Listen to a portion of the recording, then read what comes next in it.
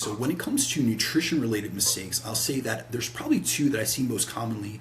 And I work with clients around the world, and I've worked with well over 500 women over the years. So I've seen a lot of examples of women that feel like they're trying really hard, but they're actually not seeing the results they want. And they almost feel like they're not getting the return on investment that they would expect.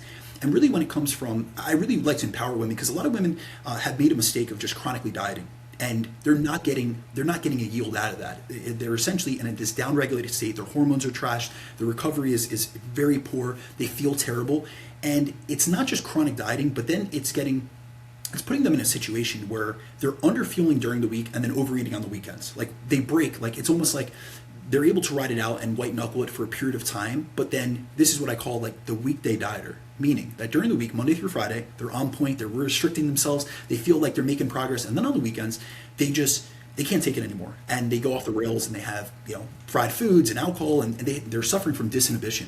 But I think that really stems from the fact that many women make the mistake of when they're trying to build muscle, they're chronically underfueling. And I work with a lot of high performing women, including lifestyle clients, competitors, corporate executives, and then other business owners. And many of them come to me wanting to build a lean, strong, athletic physique. But they're trying to do this while chronically under eating most of the time. They're on low calories, they're doing a ton of activity, they're stacking on fitness class after fitness class, they feel like they're really getting after it. But then they're wondering why their body isn't changing the way that they want it to.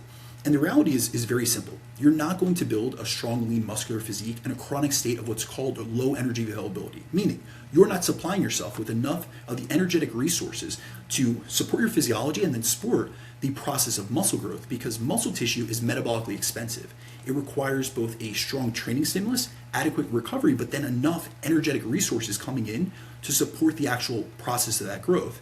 Now, the secondary factor that I see is that a lot of women focus heavily on fat loss, first and foremost. But as I alluded to earlier in this podcast, a lot of people don't have the requisite level of muscle mass to actually achieve the physique they want. So this is where I really try to encourage women to spend some period of time building muscle, to go into a building phase, to forget, I really like to express it as this. I want to shift you from a mindset of subtraction and restriction into a mindset of abundance and addition. And what I mean by that is I'm really trying to get them away from always thinking about getting smaller or seeing the scale go down, and really trying to embrace a different type of periodization where there's times of strategically eating more and fueling your training and fueling your body and pushing for strategic growth, and then there's times to diet. But the time to diet is actually the minority of the year, not the majority of the year. And so I really think that a lot of women make the mistake of being afraid of strategic building phases. And this is something actually, we have a mutual friend, Hillary Quinn, and I'm taking her currently through a building phase, and she's done phenomenally. But she was someone that was in that very similar position before we started working together. A lot of women like herself, they want to look lean, toned, and athletic, but they keep trying to get there through dieting alone. And what I have to often explain to them is if you want to look lean, you need something to reveal, and that means you need enough muscle. And in most cases, that requires spending time at maintenance calories or in a slight surplus, fueling yourself properly and pushing your training performances so you can actually build a muscular foundation that will give you the shape and look that you want later on. And the unfortunate truth is that too many women stay stuck in those perpetual dieting cycles.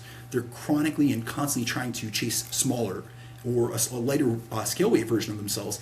And really all that yields for many is just a smaller, scrawnier version of themselves, because they never take enough time out of a deficit to properly fuel themselves, to create the physiological and energetic runway that they need for growth. And so that's why I'm a really big fan of this nutritional periodization, where there's lean building phases incorporated in, there's dieting phases, but they're strategic, they're phasic, and they're planned. And that really allows us to focus on different goals at different times that stack on top of one another and potentiate the results of it, but we're never staying in one phase too long where you're inducing very substantial adaptations, especially from like a metabolic perspective.